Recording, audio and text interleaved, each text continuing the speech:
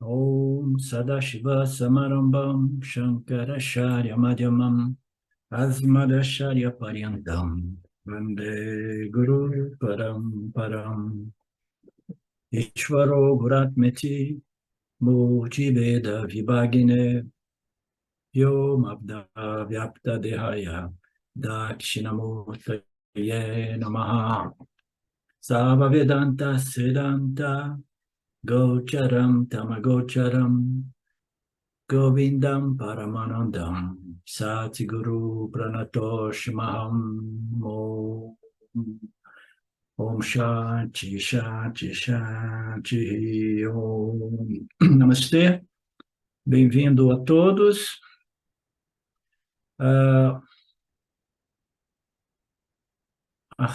Arquivo verso 10 ao 13, na página que o Marcelo indicou, né? Do verso 3 ao 21 deste capítulo 5, é ensinado o Yan Yoga, né? Como tema principal, né? Que é o tema principal. O Karma Yoga é apenas um tópico incidental. Mais uma vez, o Swami Paramarthananda nos sinaliza que este capítulo 5 trata principalmente do Yan Yoga, né? Mas nós abordamos o Karma Yoga muito recentemente. Agora nós estaremos passando para o Yan Yoga. Que você obtenha esses conhecimentos, este autoconhecimento, pela prostração, pelo serviço e pela investigação adequada sob a luz dos ensinamentos dos Upanishads. Os sábios irão transmitir este conhecimento para você. Então, aqui tem duas indicações importantes, que o autoconhecimento requer muita dedicação, aqui apresentado pelas palavras prostração e serviço, né? E investigação, né? Estudo, né? Em poucas palavras, né? Muita dedicação sistemática a respeito do Shravana, Manana e Nididhyasana vedântico, né? E ele também coloca no final que essa transmissão ocorre de pessoa para pessoa, né? De guru para discípulo, de professor para aluno. Os sábios irão transmitir esse conhecimento, o que é uma indicação de que é difícil, né? O paramparam significa uma tradição, um conhecimento que é transmitido, né, de geração a geração, nas quais o professor, né, transmite para o aluno se torna um professor que, por sua vez, transmite, passando adiante, né, como nós dizemos. Esta é a prática do Yan Yoga, é um estudo sistemático. As pessoas perguntam o que é um estudo sistemático. Sistemático é simplesmente um sistema de ensino, um sistema de estudo. Não são fragmentos, né? Fragmentos, pedaços aqui e ali. Não, é realmente um corpo de ensinamento apresentado sistematicamente. Existe um sistema. Os sistemas sempre funcionam, tá? Então, o sistema permite que esta sabedoria sobreviva os milênios, mantendo a sua eficácia, né? Porque o sistema é um sistema, é provado, né? Colocado ao teste, né? E ele precisa ser persistente, consistente, sob a orientação de um professor competente. Tá? Trata-se de um estudo sistemático e consistente. Por quê? Porque existem diversas outras escrituras que abordam o Dharma, Karma e etc., né? E essas escrituras, elas não conduzem diretamente ao autoconhecimento, elas servem propósito de preparar a mente, como nós sabemos. A observação do Dharma é indispensável, né? Portanto, nós precisamos compreender o Dharma e não fazer confusão entre Dharma e Adharma, como é muito comum nos dias de hoje. O Dharma é importante para que a observação do Dharma irá permitir ao indivíduo desenvolver uma mente menos perturbada, menos conflitada, karmas mais harmônicos, né?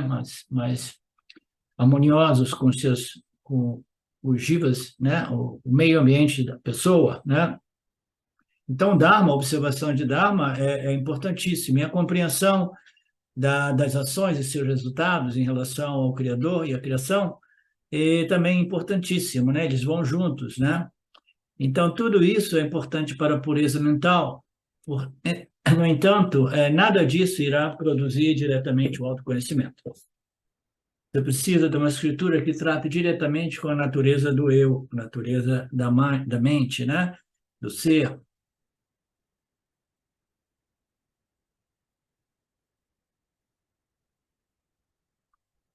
Nessas escrituras de Dharma, aqui e ali, eles fazem uma menção do eu, né? Do eu absoluto, né? Do eu real, mas eles, né, muito superficialmente, eles não tratam disso realmente. Portanto, o estudo consistente e sistemático das escrituras, né? Por exemplo, o que é um sistema? O Bhagavad Gita é um sistema, né? É um corpo de conhecimento muito bem estruturado, né? Organizado, no qual você tem tudo. Você tem karma, dharma e moksha, né? Você tem todos os ensinamentos em referência a dharma e karma. O Passana, nós veremos no próximo capítulo 6, e Yana Yoga, né?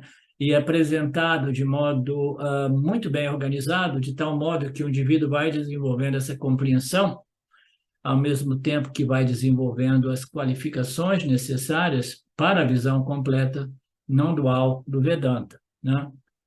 Então, é este sistema, não fragmentos e pedaços de conhecimentos, que representam, né, que constituem o estudo sério, o estudo realmente persistente, sistemático, consistente, né? E sempre com uma ajuda de um professor adequado. É o conhecimento a respeito do eu, é um reconhecimento a respeito do mundo, a respeito de Deus, e qual é a relação entre o eu inferior e o mundo, e qual a relação entre o eu superior e o mundo, né? E qual é a relação do eu inferior e Deus, e qual é a relação entre o meu eu superior e Ishvara, né? Deus aqui vai para Ishvara. Então, a compreensão de tudo isso, né? Qual o propósito da vida? O que sou eu, né? Como eu apareci aqui, existe um Criador, né? Qual é o meu relacionamento com esse Criador? Se eu fui criado, eu quero saber como eu fui criado e para que propósito eu fui criado, qual é o relacionamento entre eu e o mundo e quais são as leis que regem esse mundo, né?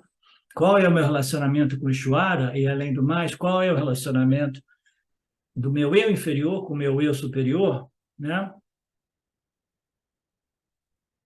Qual é o objetivo do nascimento humano? Essas perguntas básicas são raras que ocorrerem no intelecto humano, e elas são o que chamamos das escrituras vedânticas, né? Um convite para mergulhar nessas questões mais existenciais da experiência humana. O indivíduo, o mundo, o Criador, a escravidão, a libertação, etc. Esses são os 5 tópicos do Vedanta, né? Em termos de Mitya, né? Mitya, conhecimento Mitya, o indivíduo, o mundo, o Criador, que experimenta a escravidão e experimenta a libertação, né? E a libertação se refere à natureza intrínseca de tudo, que sempre foi livre, né? E esta é a revelação final dos Vedas, os assim chamados Vedantas. Esses 5 tópicos devem estar sempre presentes em nossas mentes. Jiva, Jagata, Ishvara, Bandha, Mukti fazem parte das escrituras vedânticas. Qualquer idioma seja, os ensinamentos são sempre esses e são organizados do mesmo modo. Independentemente da qualidade das traduções. Às vezes o Marcelo se preocupa muito com a precisão das traduções, mas não é assim tão, né, indispensável, porque no final das contas esses ensinamentos eles precisam ser desdobrados pelo professor, né? E o professor ele vai, né, vai expondo, né, e resolvendo, né, as possíveis contradições ou mal compreensões desses ensinamentos, né? Independentemente das traduções, né? Que vêm do sânscrito, passando pelo inglês, chegando até o português, é, devido ao esforço, né, de pessoas como Marcelo e muitas outras. Assim, o estudo consistente e sistemático das escrituras vedânticas por um período de tempo e sob orientação do Guru é chamado de Jnana Yoga, e quando uma pessoa passa por este Jnana Yoga, ela descobre um fato muito, muito importante. Qual é este fato? Nós já vimos isso no capítulo 2. Eu não sou o corpo e eu não sou a mente, eu sou a consciência. Então, o Vedanta é a coisa mais simples do mundo, é uma transferência de identidade do corpo-mente para a consciência, e isso ocorre, em geral, gradualmente, embora epifanias ocorrem, né, subitamente, digamos assim, suddenly, né?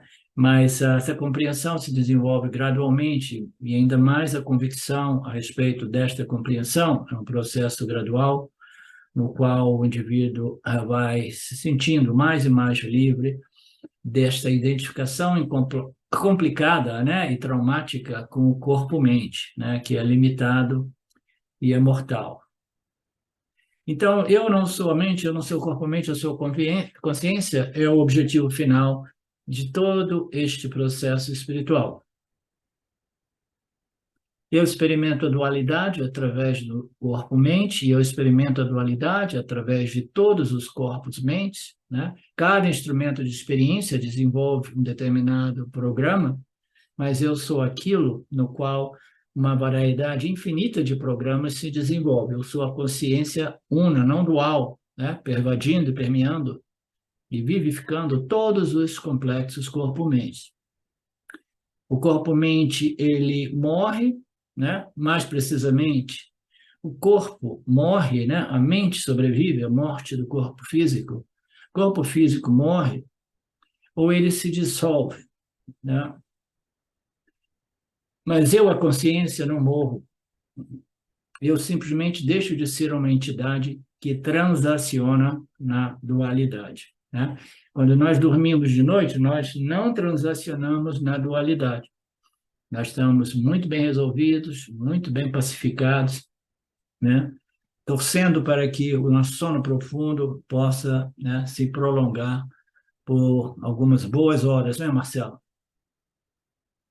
Portanto, eu sou a consciência que ilumina, pervade, vivifica o corpo, mente, assim, o corpo pode ter um fim, mas eu não morro, o corpo morre, etc, etc. Nós sabemos porque nós somos estudantes avançados do Vedanta. A minha natureza é a Karta e a Bhokta. Karta é o fazedor, a Karta é o princípio consciência que não faz coisa alguma. E a Bhokta, o Bhokta é o aspecto, né, da personalidade humana que experiencia os parabodhakava, experiencia as circunstâncias de vida, experiencia, né, os estímulos que são jogados de volta para a gente como resultados das nossas condutas de vida, né? Eu, em minha realidade, em minha real natureza, não faço ação alguma. Então, cabe lembrar o exemplo da luz. A luz ilumina tudo, ilumina os movimentos da mão, né? Dá a impressão que a luz está se movendo, mas, na verdade, a luz não se move de um lugar para outro. Por quê? Porque ela é toda pervasiva, né? Quando ela ilumina tudo, né, indiscriminadamente, sem se mover. Portanto, o que faz um Jnana Yogi? Ele renuncia a todas as ações através da compreensão, porque renunciar literalmente, fisicamente às ações não necessariamente se traduz em autoconhecimento, como nós sabemos, né?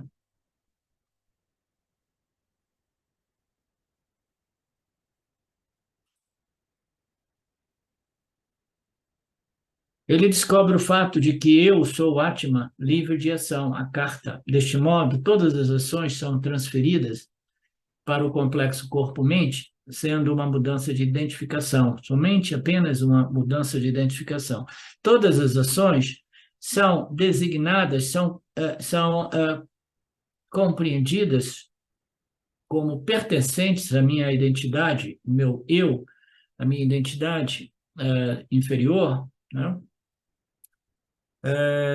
Não existe uma transferência, existe uma compreensão de que as ações pertencem ao corpo-mente e eu, a consciência, a minha real identidade, eu sou livre das ações e de seus resultados, né? Eu sou livre das ações e dos resultados, as ações e os resultados pertencem à mente, né? Então, não existe realmente uma transferência, né, das ações, não, existe uma clareza de compreensão de que as ações pertencem à Mitya e eu sou Satya. Eu sou Satya, o corpo, mente, o mundo, né, são Mitya, né? É uma mudança de compreensão, uma transferência de identidade, uma mudança de identificação. Portanto, em vez de reivindicar as ações como minhas, eu simplesmente compreendo que elas pertencem ao corpo-mente. Essa é uma mudança de identificação.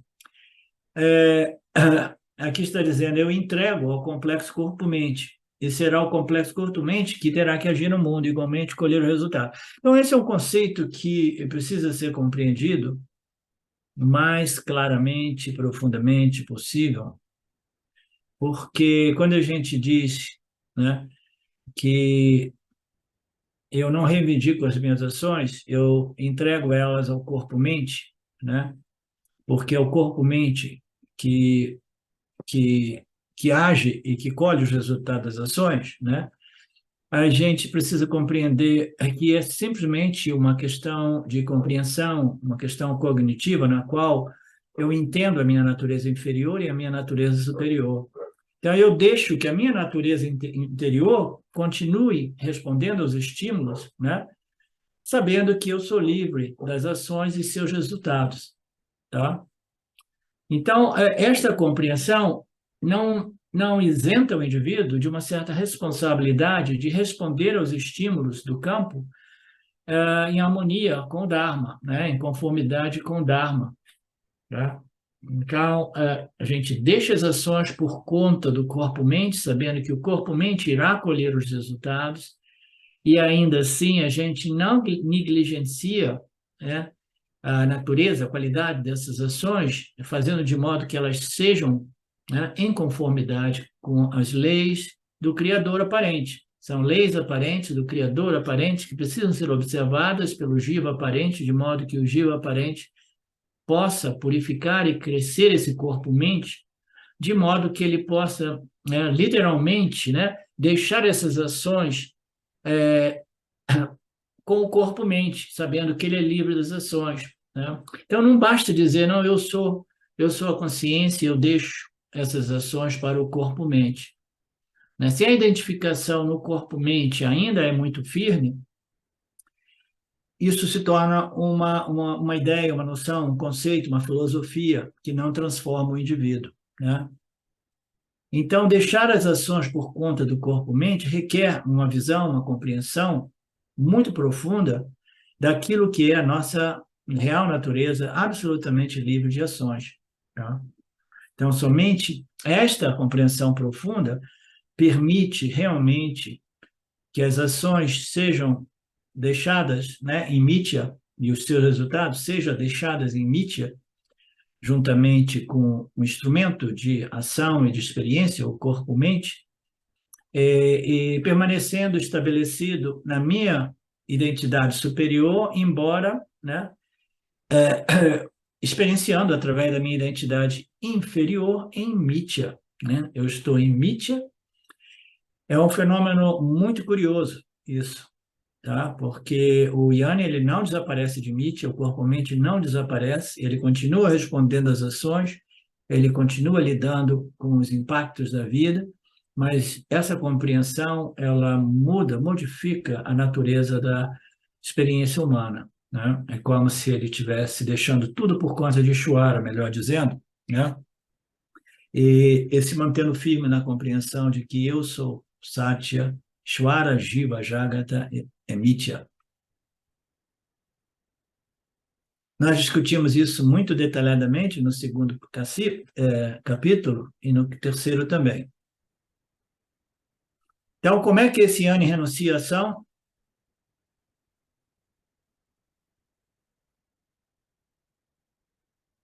Swami diz que este verso é muito importante e Shankaracharya cita este verso com muita frequência, considerando um dos versos mais importantes do Gita. Como ele renuncia a ação? Ele não renuncia a ação literalmente, fisicamente. As ações continuam,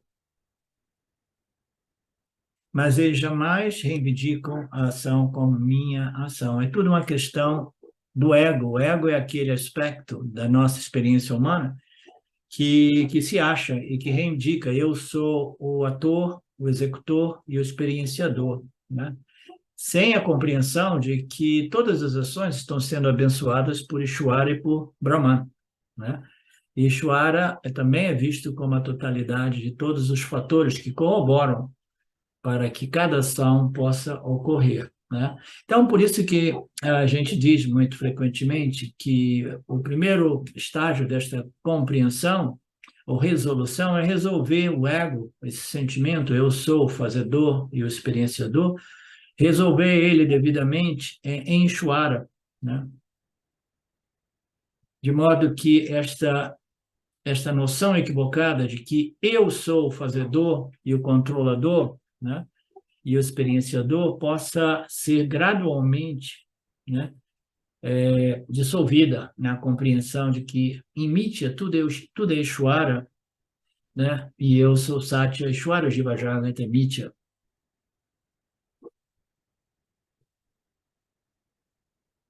Mas o Anyani, ele é tão identificado com o corpo-mente que ele diz, eu faço sim. E o Yanni, ele diz, eu faço, mas né, eu não faço, né? Mais contradição. Ele diz assim, eu respondo, mas eu não respondo, né? Como é que é possível, né? Tantas contradições nesses ensinamentos do Vedanta, né? Eu faço sim, mas eu não ajo. Os atos pertencem a Ishvara. Ishvara abençoa o complexo corpo-mente de modo que ele responda aos estímulos do campo. Tudo ocorre naturalmente, segundo o sistema, segundo o programa de cada corpo-mente. E esse programa precisa ser melhorado, precisa ser, né, purificado, harmonizado ao Dharma, de modo que o indivíduo possa ter um programa conduzente, né, ao autoconhecimento. Então, se no Karma Yoga a gente diz você age e você colhe os resultados, né? A nível mais profundo a gente diz não, você não age, é o corpo-mente que age, ou em outras palavras, Ishvara age através dos seus corpos-mentes, né? E você é este princípio consciência, testemunha, não experiencial, né? Que é absolutamente livre das ações e experiências. É na minha presença que tudo isso ocorre. O complexo corpo-mente é programado para responder aos estímulos e não consegue evitar a ação. Como eu digo frequentemente, né, o Jiva, o complexo corpo-mente, ele foi desenhado para agir. Então, se a gente é identificado com o complexo corpo-mente, a gente diz, eu sou o ator aqui, né? Eu sou o executor e eu sou o experienciador. Porque esta é a natureza aparente, a natureza avidya, né, de cada corpo-mente, né? Então, a compreensão é a compreensão da minha natureza superior, de tal modo que eu deixo o corpo-mente responder aos estímulos, sabendo que eu sou livre dos estímulos e das respostas apresentadas pelo corpo-mente, né? Mas como assim? O corpo-mente recebe os impactos, apresenta as respostas, né? Pensa, discrimina, age, né? E existe um princípio, testemunha consciente, né? Que objetiva tudo isso e permite que este próprio corpo-mente seja abençoado por essa testemunha, por esta observação objetiva de si, né? Então, o próprio corpo-mente, e é o corpo-mente que precisa ser beneficiado por essa compreensão final. Ele faz, ele reage, ele responde, ele recebe os resultados segundo a sua natureza inferior, mas jamais esquecendo a sua natureza superior. Você entende, Mariné? Isso imuniza o corpo-mente contra os choques da vida, né? Imuniza a compreensão de nossa natureza superior, é o maior imunizante que existe contra o sofrimento psicológico humano.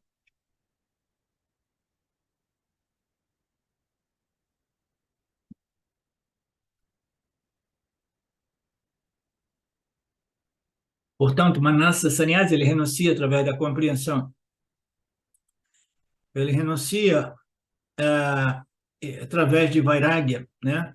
Ele compreende, ele discrimina, ele desenvolve um não apego, né? Fundado nesta profunda compreensão. E esta renúncia não é necessariamente uma renúncia externa, embora uma renúncia externa talvez possa ser a base na qual a renúncia interna se desenvolva. A renúncia interna é renunciar ao sentimento de que eu sou o fazedor, eu sou o experienciador. Esta é a renúncia, renunciar ao ego, né?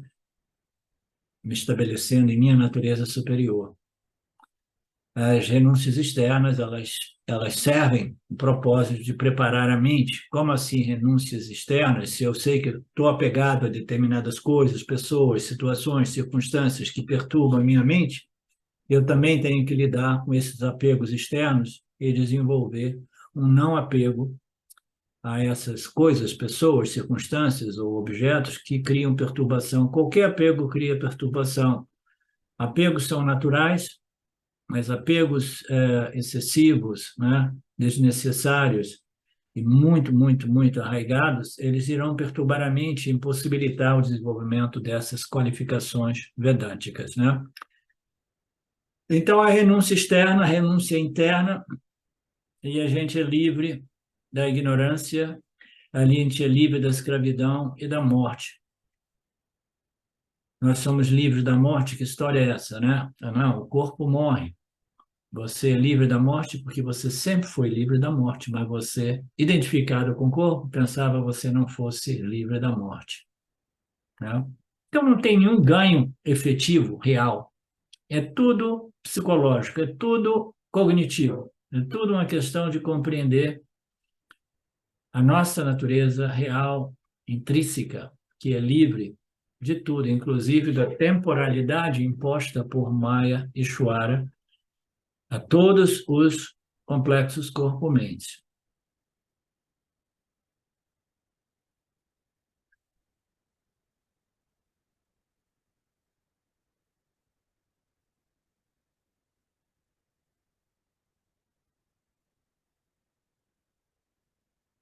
Ok. Existem muitos rituais védicos, né, nos quais as pessoas invocam a saúde, né, invocam a cura, né, toda vez que elas estão seriamente doentes, né? Então, todo mundo gostaria, né, de ter um mantra mágico que causasse saúde física e vida eterna. Não é nada de errado nisso. Por quê? Porque nós, os seres humanos, né, inconscientemente, nós sabemos que nós somos imortais, né? Só que essa sobreposição do corpo, né, na minha consciência, na consciência, né, essa identificação equivocada com a minha natureza densa, externa, o corpo, né, ela faz de modo que eu me sinta limitado pelo tempo. Aí esse desejo pela imortalidade é inerente a todo ser vivo. Por quê? Porque todo ser vivo inconscientemente sabe que a sua real natureza é imortal. Você entende, Mariné? Portanto, não é nada de errado disso. Mas o propósito original desses mantras da imortalidade não é produzir a imortalidade física, pois isso é impossível. Existe uma lei natural em Nietzsche que nos diz que tudo que é criado cresce, envelhece e é destruído, morre. Não importa se a ciência ou se alguns outros seres conseguem viver 500 anos, 1000 anos, é como uma árvore. Tem árvores que crescem, a mesma árvore eu vejo aqui, algumas delas crescem e, e vão viver 10 anos. E outras são mais fracas, morrem depois de 4 anos. Eu fico pensando, por que que ela morreu? Ninguém sabe. Então,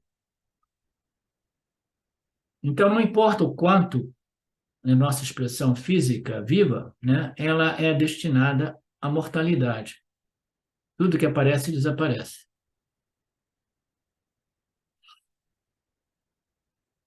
É muito frequentemente dito que o autoconhecimento é o conhecimento da imortalidade, né? Mas isso precisa ser bem entendido e nós do Vedanta Brasil compreendemos claramente que não é a obtenção de algo que nós não havíamos antes, mas é a compreensão da nossa natureza imortal que sempre esteve presente. Então, o Vedanta irá cancelar esta ignorância cósmica universal que compele o indivíduo a se identificar com a sua natureza inferior, que é mortal, né? É muito simples o Vedanta, mas não necessariamente fácil.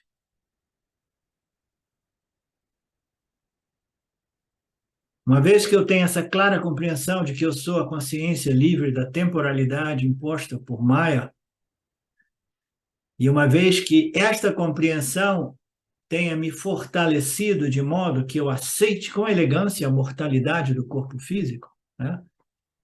Porque tem pessoas que, de repente, né? Ah, não, eu sou a consciência, eu sou imortal, mas depois elas se rebelam contra essa lei natural, e elas falam, mas eu quero também a imortalidade daquilo que eu sou se estenda ao meu corpo físico, né?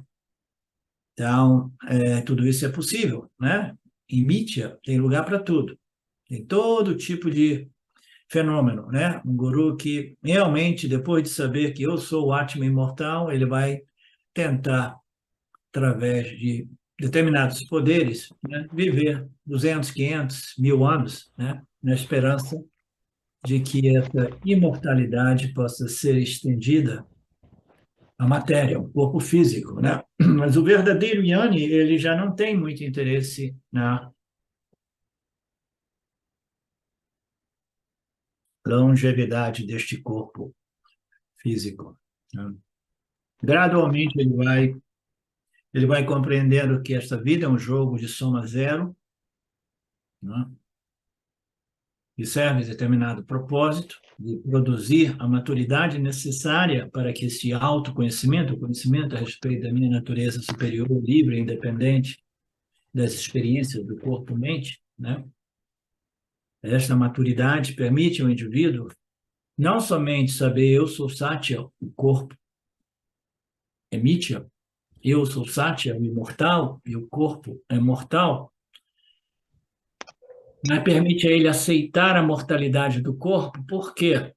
Porque ele entendeu que o propósito da vida já foi obtido através do autoconhecimento. O que mais o Yanni quer nesta vida? O Yanni que é apegado à vida, ele não é realmente, puramente um Yanni, porque a vida serve o propósito de nos conduzir a esta compreensão final. Uma vez obtida, é como se você fosse numa escola, lá como é que é aquela cidade ali? Uma cidade lá no Paraná, na cidade do Marcelo, eu esqueci o nome da cidade do Marcelo. Londrina. Hã? Londrina. Londrina, cidade muito legal aquela cidadezinha. Ele vai lá e ele faz uma faculdade, duas faculdades, três faculdades, e ele nunca quer sair da faculdade, né? E todo mundo dizendo, cara, você já tem, né, três diplomas, isso e aquilo, você está pronto para ir para o mundo, né? Ele disse, não, não, não, né? Eu quero permanecer eternamente nessa escola, né? Não, a escola serve o propósito de nos propiciar, né, um determinado conhecimento, que no caso do Yanni é o conhecimento que liberta o indivíduo de todos os desejos. E o desejo mais fundamental da experiência humana, a ignorância mais fundamental, é o desejo pela continuidade de experiências duais, experiências no mundo, apego ao mundo, né? Desejo pela experiência dualista. Esse desejo ele precisa, né, ser dissolvido através do autoconhecimento.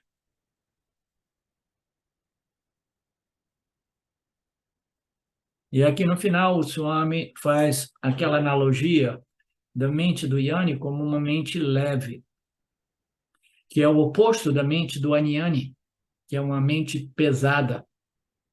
Para a mente pesada e a mente leve.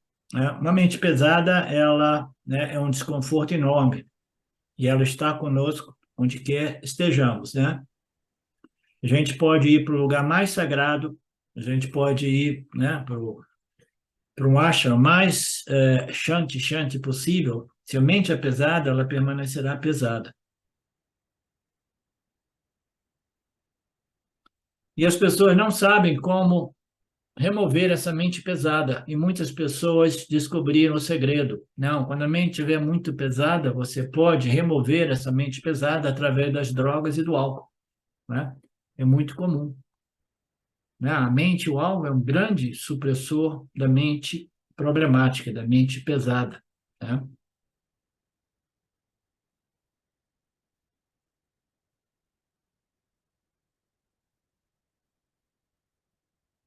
O indivíduo quer resolver esse problema de modos equivocados,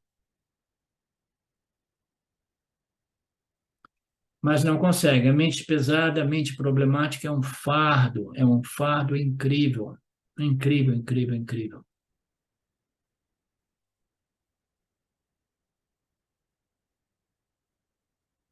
Às vezes eu fico, né, intrigado de ver como essa mente pesada, essa mente conflitada, essa mente problemática, ela se desenvolve ao longo de uma vida, né? Ela se estabelece ao longo de uma vida através de determinados padrões, né, vassanas, tendências, e uma vez muito, né, desenvolvido, né, se torna um fardo difícil, né, de ser abandonado. O peso da mente.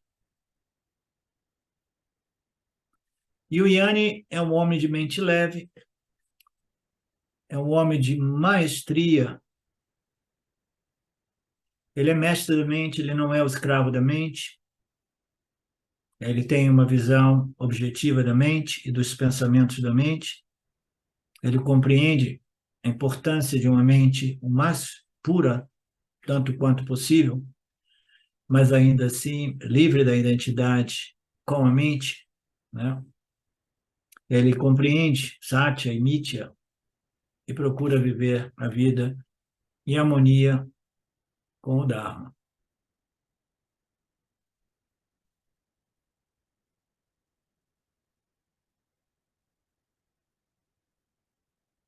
Ele procura viver livre da ação, seja ela direta ou indireta. A ação indireta é a ação que um indivíduo não executa diretamente, mas ele instiga, né, outras pessoas a fazer determinadas ações.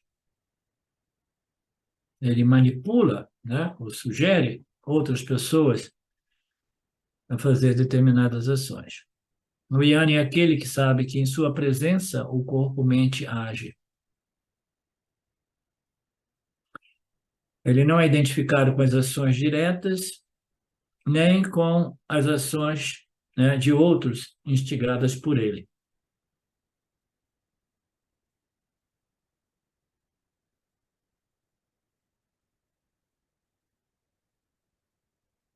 Ele não é nem o Karta, nem o Karayan. Karayan é aquele que instiga outros a agirem, o instigador. Ok, Hariom, vamos passar para o próximo texto. temos ainda 10 minutinhos. Nós vimos repetidamente nas últimas aulas esta reintrodução do Swami, no qual ele nos lembra que neste capítulo 5, né, o Lord Krishna apresenta os conceitos dos ashramas e dos sadhanas, né? Nós temos escolha a respeito dos ashramas, de acordo com as nossas tendências, né? E os nossos karmas, os nossos papéis sociais, mas nós não temos escolhas a respeito das sadhanas, porque, segundo a nossa tradição, existem somente dois tipos de sadhanas, fundamentalmente. Um é a sadhana através de ação e seus resultados, cujos resultados desejados são melhoramento, purificação, refinamento do complexo corpo-mente, né? Ações que produzem uma experiência de melhoramento. E as outras sadhanas, elas são sadhanas de contemplação, estudo, reflexão, que produz não a experiência, mas uma compreensão final, que produz não um melhoramento, muito embora a contemplação direta sob a luz dos Mahavakyas, dos Upanishads, seja um grande preparador e purificador também. Mas as outras sadhanas, as sadhanas a respeito de ações e seus resultados, né, elas são quase que indispensáveis, porque raramente se encontra um indivíduo que está devidamente preparado, qualificado para entrar no Yana Yoga, né, e obter aquele pouco de desenvolvimento, de melhoramento, de purificação que falta para obter esse conhecimento final, né?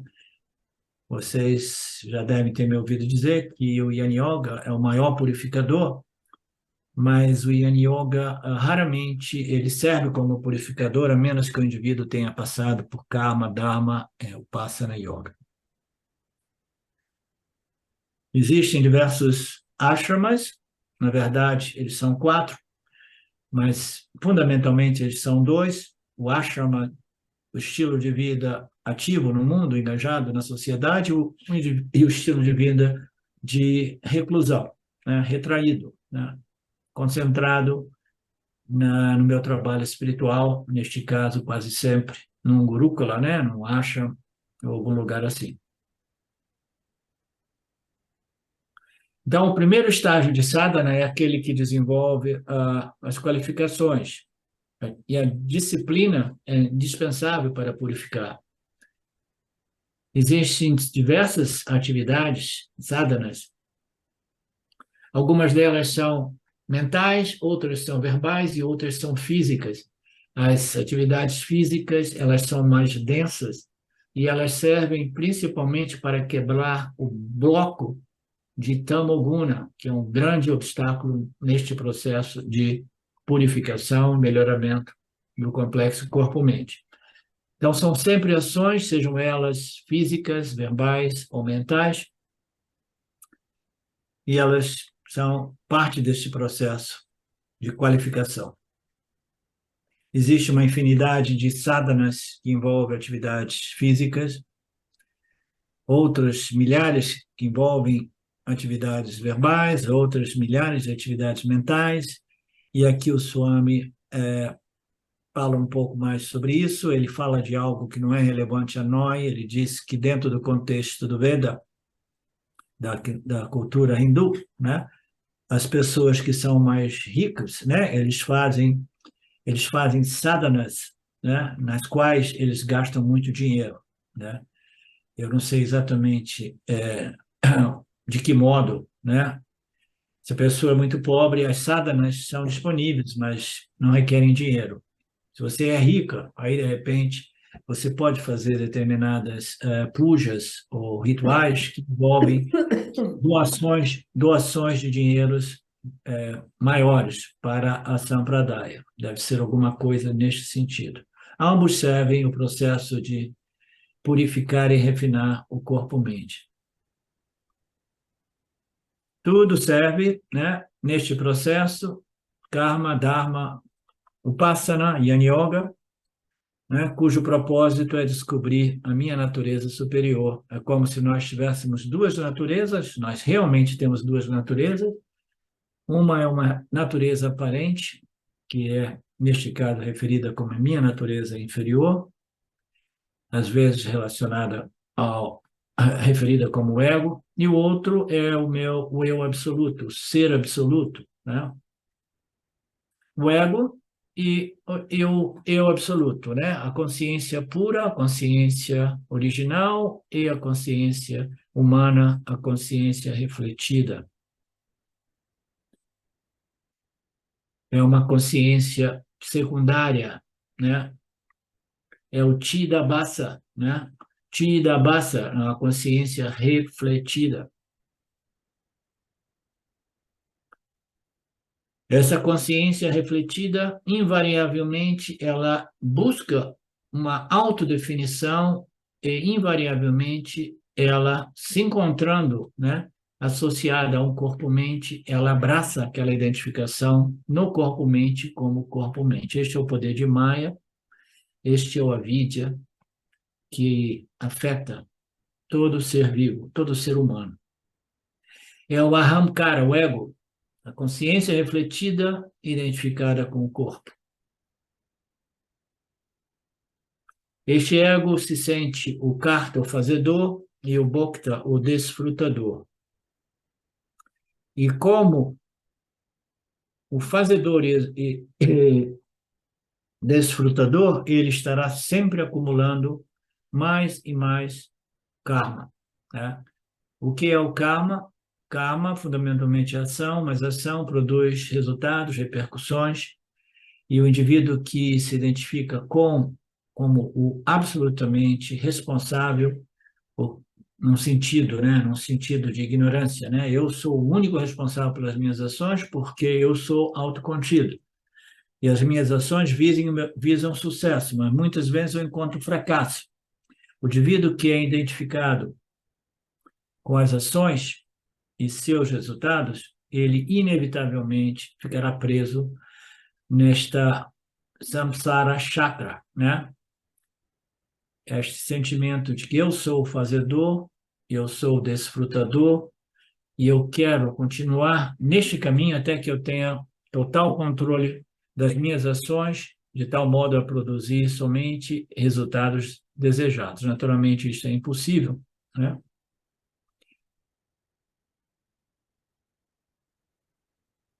Então, este é o processo do Karma Yoga, né? A dissolução do senso egóico de que eu sou o fazedor, desfrutador, e depois nós entramos no segundo estágio de sadhana espiritual, na qual o indivíduo quer descobrir o eu superior, o eu real, né? Que não possui conexão com o eu inferior ou com o eu aparente. Então, o Yana Yoga é fundamentalmente quando a espiritualidade inicia, né? Porque o que é essa palavra espiritualidade? Eu sou um buscador espiritual, né? Aqui, por exemplo, onde eu moro, é cheio de pessoas que falam que são buscadores espirituais, que estão buscando o autoconhecimento, sem saberem que elas não são pessoas espirituais e que elas não estão buscando o autoconhecimento, né?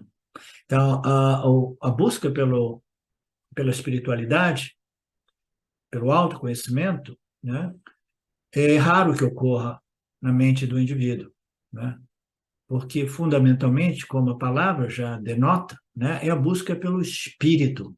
Eu quero saber qual é a minha real natureza, que eu ouvi dizer que não é a mente, mas é o espírito por trás da mente.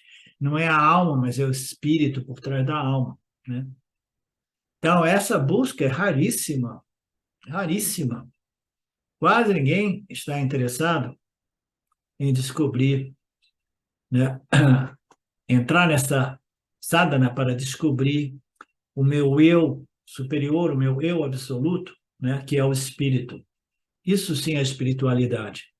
E esse espírito não tem associação nem com o corpo, nem com a mente. Não tem associação com o ego inferior. O ego inferior está associado conscientemente ou inconsciente com o espírito, mas o espírito é livre e independente do ego, porque o ego, o corpo-mente, é uma sobreposição aparente, não real, que ocorre dentro do âmbito do eu superior não dual, que somos todos, né?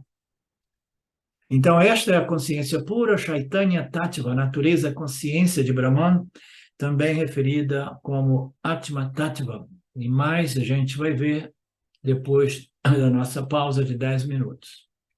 Om Purnamada Purnamidam Purnamudachyate Purnasya Purnamadaya Purnamevavashishate. Om Shanti Shanti Shanti. Olá, queria trazer aqui para vocês o quanto eu tenho me beneficiado dos ensinamentos do Vedanta. Esses ensinamentos do Vedanta, eles mudaram a minha vida, o meu estilo de vida, né? A partir de uma compreensão sobre Jagata, o mundo, sobre essa pura inteligência, Ishvara, sobre o Jiva, né? A mente, o funcionamento, sobre a aplicação do Karma Yoga diariamente na vida, o quanto isso beneficia a purificação da mente, né? Para poder daí acessar aquilo que é mais valioso. Aliás, eu diria sem valor estimável, inestimável, né? Uma riqueza profunda, que é a compreensão sobre os ensinamentos de Satya, a consciência, a existência ilimitada que sou. Bom, eu sou uma aluna de Vedanta, desse grupo, Vedanta Brasil, que iniciei a jornada, estou no começo da jornada, mas essa jornada seria impossível sem o apoio diário de um professor qualificado, o professor Arlindo Nagar, nosso professor, que dedica a sua vida, que dedica as batidas do seu coração exclusivamente para o ensino do Vedanta. Ele gosta de usar a frase o coração que se doa recebe. Então ele é esse coração que doa. E aí a minha pergunta e o meu convite é: e você? Tem se beneficiado também dos ensinamentos, da compreensão, da clareza desses ensinamentos que são trazidos para nós? Sim? Se sim, o coração que doa recebe. Então o convite é: se você se beneficia, você pode também fazer uma doação. Essa doação, ela é necessária, apropriada, para a manutenção, né, desse ensinamento vivo diariamente para nós. E é um convite para que a gente possa nutrir esse grupo com o dar e o receber. E se você se beneficia, tenho certeza, qualquer valor mensal é suficiente. É o valor que o seu coração sentir, mas é um valor apropriado. Bom, meu recado é esse. Eu agradeço imensamente e não tenho palavras para dizer o que é o Vedanta na minha vida. Só dizer gratidão. Gratidão Ishvara, gratidão professor, gratidão a Sampradaya, gratidão. Obrigada.